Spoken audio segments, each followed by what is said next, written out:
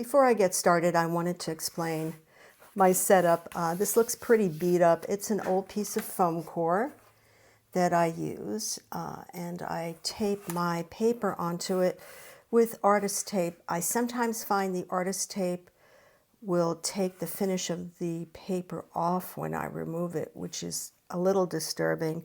I've seen people use blue tape on this, blue builder's tape, and that's fine too. That distracts my eye. I can't talk today, but I like to use the artist tape and know that I'm going to have this area, this white area that I can grab onto when I need to matte and frame it.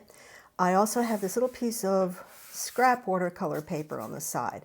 This is a 9x12 cold press, 140 pound. This is also a 9x12. I think it's a cold press, but I'm not too concerned about this scrap paper. It's just to give me an idea of what my washes are going to approximately look like, or my colors when I put them down here. So this is the basic setup, 140 cold press watercolor paper, taped to an old piece of foam core with artist tape, and then a piece of scrap watercolor paper here so I can test my colors as I go along. First thing I'm going to do is I'm going to moisten these spots, these passages, areas in between the clouds. I don't really want to moisten too much on the pencil lines, but since this is a practice piece, it's not too concerning to me. And watercolor is supposed to be spontaneous. It's supposed to be loose. So let's try and keep that concept in mind as we're working with this. Remember, again, I'm saying I want to work only with three colors. Ultramarine blue, which is what I'm using right now, alizarin crimson, and lemon yellow. So I'm putting in some ultramarine blue at this point on this moistened area, not a lot. I tend to work fairly dry. Some watercolorists like to work very loose. I work pretty dry. And I like the drips, but I'm not overly fond of them. Everybody gets their own style after a while. I'm sure you'll find other people here on YouTube that are excellent watercolorists that work totally differently than I do. And that's good because we all need to learn from each other. And as you're watching this, you can see I'm just randomly putting in ultramarine blue where I wet the paper, not worried so much about these passages here. Actually, I might just go and do this. Keep it nice and loose. Some of it is already going into the area where I want the water. Not supposed to be perfect. Not supposed to be perfect at all. Now I'm going to be brave. Part of watercolor is being brave. I'm going to take some ultramarine blue that I've put in here, and I'm going to dab in some alizarin crimson. So what we're ending up with is kind of a moody purplish sky. Now, what am I going to do about that area where I wanted clouds? What am I going to do about all this drip? One thing that I do is I love to have tissues in my hand when I'm working, because as I'm working, I can lift as I go along. And I'm going to go in where these lines are and lift some of the color off. I dampen my tissue with water. And I'm going to end up with blossoms. Now, what are blossoms? Blossoms are when the watercolor paper is kind of dry, but not really, is what I have found. And then you put a drop of water in it, and it literally blossoms. And that's not a bad thing. That is actually a really cool effect. And it's something that may show uniqueness in your work. And we all try to look like everyone else, I think, when we're starting, until we find our own style. But the blossoms, oh, I love the blossoms. They're spontaneous. Don't know if we're going to get any. But I lifted some for the clouds. And again, I'm only using right now just the two colors of ultramarine blue and alizarin crimson. Oh, I'm sure I'll get blossoms here. Let's see what happens when it dries.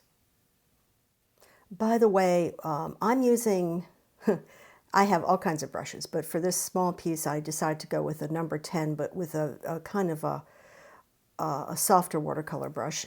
This is a number 10 white sable brush by a manufacturer called Robert Simmons. I don't even know if they make these anymore.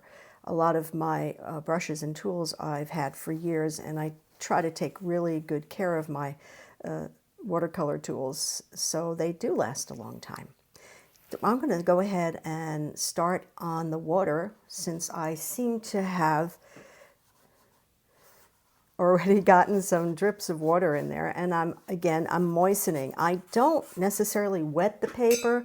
I tend to moisten the paper, and that clink that you hear is my brush hitting the glass container holding my water. So it does not mean that it's cocktail hour, although maybe that would help.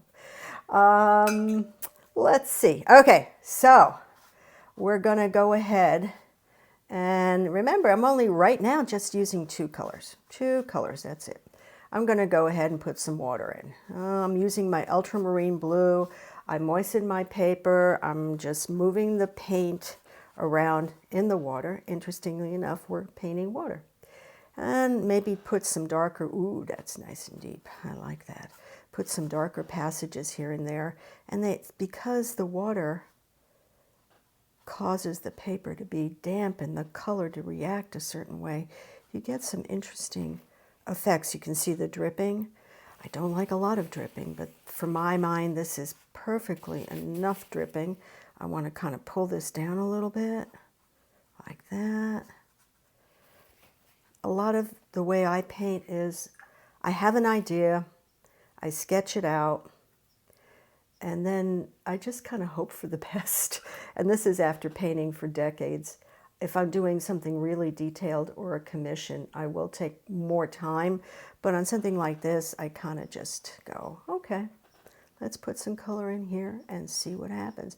I think the fun part of art, like this alizarin crimson here, is putting it in and seeing where it goes.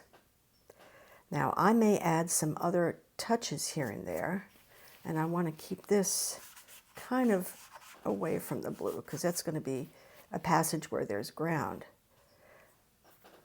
I'm going to get a little bit of horizon line here, but I'm not doing too much.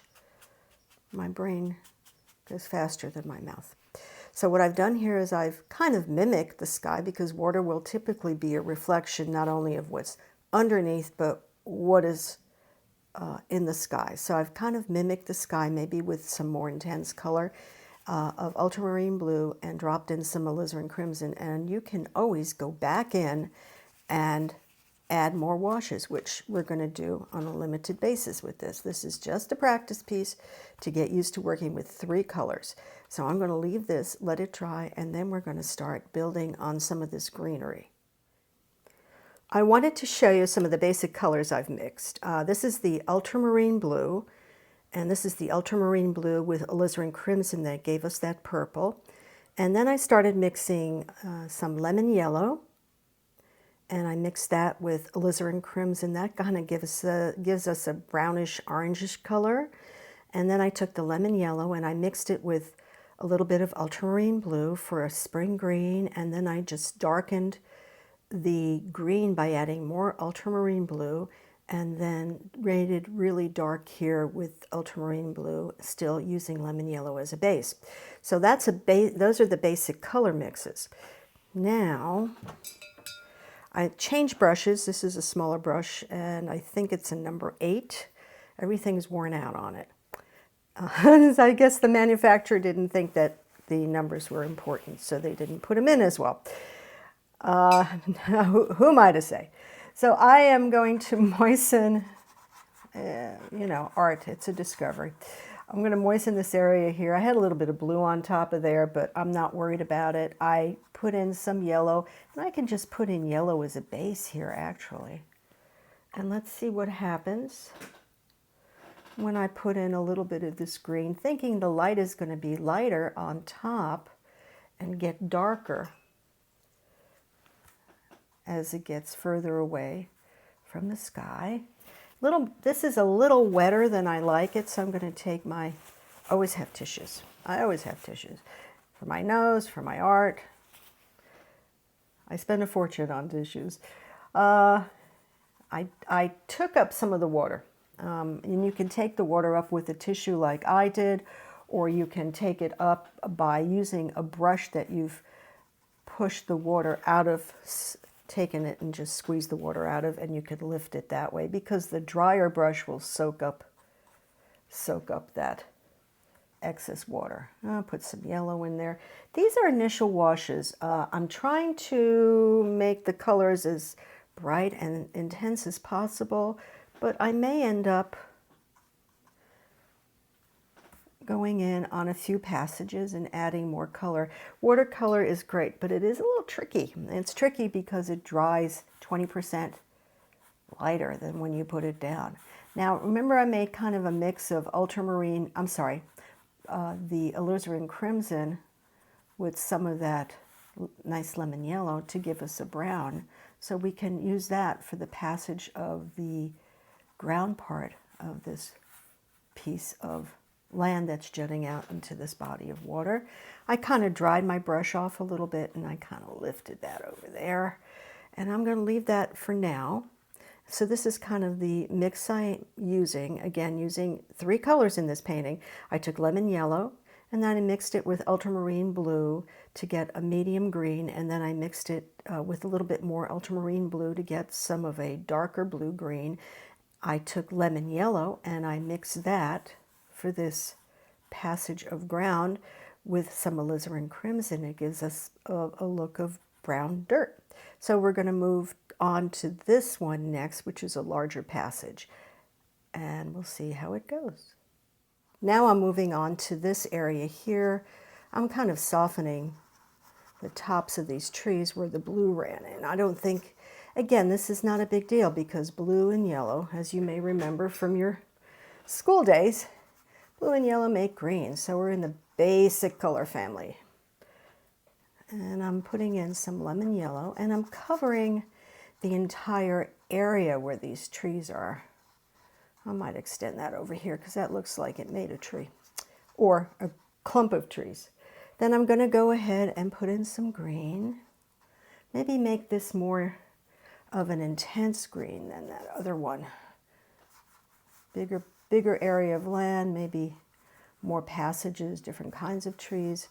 I don't have a photo reference on this. I have nothing to show you as far as a reference of what I'm painting because there is none. I sometimes just do quick abstract sketches from my mind, which you should do too. You have images that you remember, places you remember, and it may help you creatively with your work. Doesn't always have to be a copy of a photograph. It's wonderful to copy other people's work, but it's also kind of exciting to do your own creativity. What I did here, again, very similar to what I did on this little guy, is I put in lemon yellow, and then I did a mix of the lemon yellow with ultramarine blue, and then I made it a little bit darker on the bottom. Maybe, let's pump it up a little bit, because light will always hit the tops of trees and for the most part get darker as it gets closer to the ground. And then we had the mix of lemon yellow and alizarin crimson, and if you start marrying that with green, or mixing it, marrying, mixing, whatever your favorite term is, you'll notice it makes kind of a brown color. Now again, this is not a detailed painting. This is just a way to use 3 colors in watercolor. And I'll just pump it up a little bit here and there, maybe throw some blue in here and there. And blue and brown make a nice gray-green, gray or black, not green, gray or black. And I know this is going to dry lighter because I can see it dried lighter here. So what if, just for fun, we went ahead on this dry paper and put in another wash of the mix of alizarin crimson and lemon yellow. And G, let's go ahead and pump up some of this green here because it just, oh, it dried too light for my taste. I like a little bit more vibrancy in my work. Less water means more intense color. So I kind of backed off a little bit on the water and just lightly putting in some brushwork using the mix of lemon yellow and ultramarine blue. And I'll probably do this on this side also. So while we're working on this area here, the foreground, I'm going to reflect the same colors, not a reflection, but I'm going to bring the same color palette over to here, which is the brown and the greens and the yellows and the blues. So I want to make sure that I have enough on my palette. Let me shift this over real quick. This is what the palette's looking like right now. Don't want to hold it up too much because the colors are going to drip into each other. I like my colors to be very pure and light. Let me give you an idea of how I mix this and how my greens turn out. There's different ways to make greens, and this is just basically using the colors we're talking about. And might be enough for now of that. I'll see how it goes. All right, again, I'm going to use a smaller brush. This is what I think is a number 8, and moisten the area. I tell my class not to make it too wet. You can see I already had buckling. I tend to use more watercolor paper on what are called watercolor blocks, and they're sealed on all 4 sides, and they have more stability and they buckle less. This is a little less expensive piece of paper, but I like it for practice like this, but it will buckle. And I'm putting in that lemon yellow, and the paper's kind of moistened, and you can see for some people I work too quickly. So some of you may say, oh my gosh, she's so fast, I can't follow it. You can always pause the video. Let's see, just put more green in. I would like to try to make this more intense because your foreground is always going to be a bit darker than the things that are in the background. I may do that not only with intensity, but I may also do it by doing some dry brush work. So we're pretending, oh, there's all sorts of clumps of grass here. A lot of what I do is, use my imagination and let's pretend. Let's pretend I'm standing there. What do I see? So right now, that's what I have, just these clumps of grass. Maybe put in a little bit more lemon yellow and let that all mix in there, but not too much. And then add some of that alizarin crimson and lemon yellow here and there. And I want to make sure that my brush isn't too wet because it's going to get too drippy on me. And I'm just putting in clumps of that brown. Now, if you go and look in fields in a state park somewhere, things that are not manicured, you're going to find all sorts of different variations of color and green, and dirt is going to peek through grasses.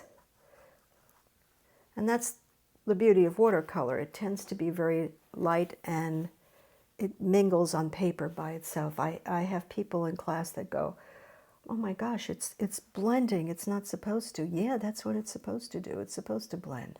What I'm doing here is I'm adding a little bit more and a drier brush, and I'm holding my brush like this. I don't like holding it like this. This cramps my hand. I do it that way because I feel I can almost dance the brush along the paper.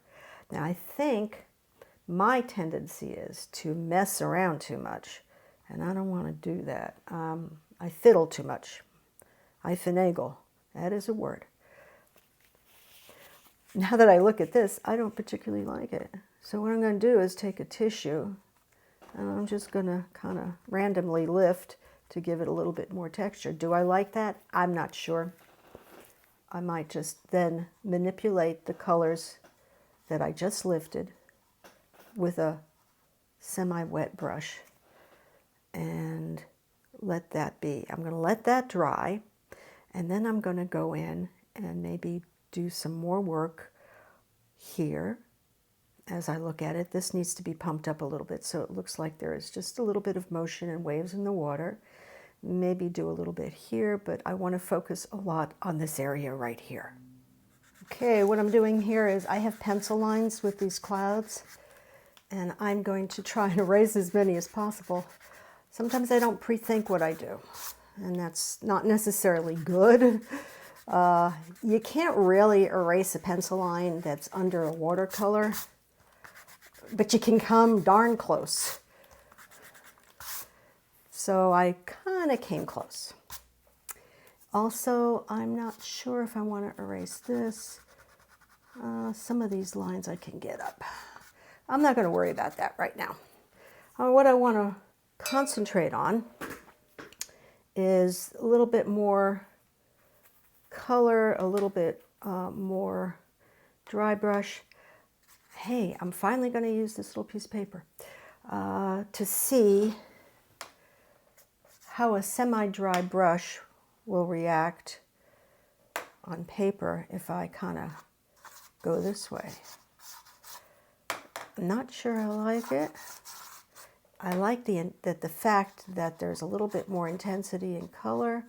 And again, this is a semi-dry brush that I kind of just dipped into color, onto my ultramarine blue, and I am just moving it around. Ooh, we don't want that much purple, do we? Let me wipe that off. See how handy these tissues are? They're like my little crutch, which I really need. I think I want to do a little bit more mixture here of the purple, but I don't want to do a lot. I also have a bad tendency of forgetting to paint off the edge of the paper. These are habits that I picked up, oh gosh, who knows where. But this gives us the idea of maybe a little bit more motion in the water. If I don't like it, again, I can just take a tissue and wipe it off while it's still wet. Once it dries, then you're going to have to re-wet the paper, re-wet the area, lift it a little bit. And that's all I'm doing here. This is really a subtle piece, and again, it's an exercise. I'm not looking to make this anything that's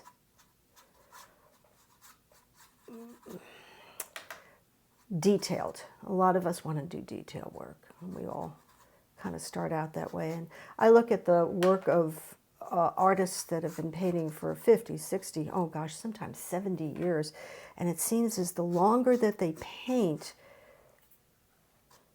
the more abstract their work becomes. It becomes more artistic. All right, so what I did is I took a brush, a drier brush, and I took this mixture here of alizarin crimson and ultramarine blue, and then just some of my ultramarine blue, and I kind of just dragged the brush on the side to give it some texture.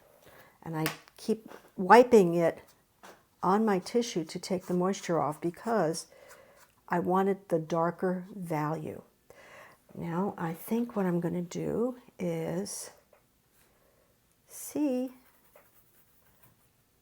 I know a lot of you are going to go, purple, not purple. I took some of that purplish mixture that we made, and I'm just pulling it through here, dabbing it here and there, again with a semi-dry brush, to give the impression of shadows. This all takes practice. I'm not even sure I like what I do most of the time when I'm doing something like this, so don't beat yourself up if it's not working for you right away. Gosh, it just takes years, and it depends on how the paper is that day, what your mood is. It's so many variables. I'm also taking a mixture of the ultramarine blue and lemon yellow that we made for kind of a green, just adding a little bit here and there, maybe working the brush like this, and then this is all, I'm just experimenting here, all moving it around like that. Try not to cover all those washes that we put down already, but adding a little bit of texture to those trees to give the impression there are different kinds of trees there, maybe a little bit angled like that. And gee, what would happen if we put a little bit of red in there? Reddish brown. Oh, I don't know. I don't think they're going to come arrest us if we do that. It's supposed to be fun. When it stops being fun, don't do it anymore. I have days when it's not fun, but I try to discipline myself to get over those days. You don't have to. All right, I got that much done. What if there's a little bit of dirt under this water? I just took a little bit of the lemon yellow mixture that I made with alizarin crimson, just a hair, and I'm dry brushing it. What if there's, sometimes the water's shallow. What if there's a little bit of dirt? I'll wipe that down, it's a little too much, just to give an impression. Don't know if I like it, but it adds a little bit of depth to the color. I just took a brush and kind of manipulated it a little bit. I'm softening some of these edges here. I'm getting to the point where I feel like I'm fiddling, so I want to keep this loose and light. Might consider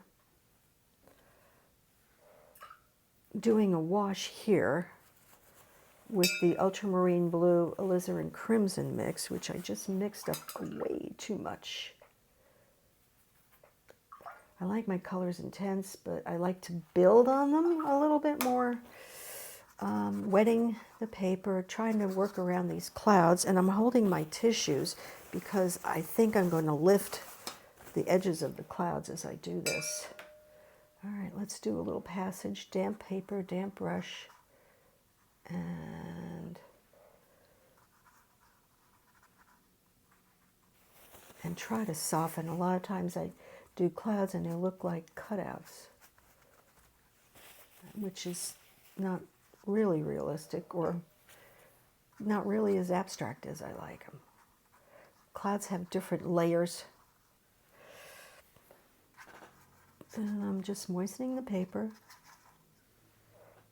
and putting that ultramarine blue alizarin crimson mixture in, moistening with a clean brush, just putting water in there, taking the tissue and lifting it so I can keep those cloud shapes soft. This is almost too harsh for me, so I'm going to take a wet brush and just move that around. And then I'm still moistening the paper, and I'm getting away from that purple a little bit more, and I'm putting in some ultramarine blue just to give it more depth, give the sky a little bit more presence, a little bit of tissuing there, pulling down the color there. You guys can hear my creaky chair. Oop, I don't want that blue to mess up my yellow. Yellow and purple are opposite on the color wheel. When you put yellow and purple together on your painting, make the colors pop, but it also, if you mix them, you'll get kind of a gray. We're not worried about mixing grays today. We're just worried about working with the three primaries and getting some color down like we did here. And this is where we have a basic wash underneath the watercolor, and we took our our purple mixture of alizarin crimson and ultramarine blue, moistened the paper and dropped some more in to give the sky a little bit more punch. So we're going to stop with that right now, and then for the finale, I think we're just going to work on bringing this up a little bit more. I wanted to keep this painting to 2 brushes. I cheated, used 3. But I'm going to try and to use this 1/2 inch flat to add some texture down here. Because again, this is the foreground right here where we're standing or looking. This is closest to us, so we want to put more detail in here. And I just dampened the brush. And again, like I said, watercolor is experimentation. So let's experiment. I dampened it. I think it's too wet. I'm trying not to cover all my washes. I'm just trying to pull stuff through. I'm not happy with how this is going because I think my brush is too wet and there's too much paint in the mix. Let's start with some of these browns. And I'm almost, you can hear it, it's almost like I'm scraping it. but I'm not scraping the paper. I'm just taking a dry brush and moving it here and there on the paper, not to overdo the concept of grasses and things, just a hint. Make as natural as possible. Without, the trick is you don't want to cover these washes that you've put down before. You just want to enhance on it and give it some depth. And the reason I'm using this flat is it's supposed to behave better. Huh, I don't know, it's not behaving. It's adequate. Let's say it's certainly not the artist, it's the brush, and that's a joke. It is most definitely the artist. And as you can see, I'm trying to just use it to do lines here and there. Don't want to overdo it, and I have a tendency of doing that. I think we all do. We go, oh, that's not good enough. I don't like that. And again, we're just using 2 brushes on this, hopefully, and 3 colors. And I'm going to go ahead and put some shadow in. And honestly, I don't know if I like this. I really don't know. I don't like, it's not the effect I had wanted, but it's giving it a little bit more depth. And again, every piece, okay, so this is a good lesson. Every piece does not have to be perfect. Oh yeah, I want it to be perfect. Sometimes I'll start out painting a landscape and I'm going to go, oh, this is supposed to be a spring scene. And it turns out to be fall. So I gotta say, it goes where it wants to go, especially with watercolor. I'm just kind of lifting here and there without overdoing it, trying to pull some of these grasses up, which works well either with a flat or let's take a round. Let's take the smaller round. Doesn't seem to work as well with a round, does it? So it works better with the flat, where the bristles are kind of more chiseled, kind of more adapted to pulling lines up.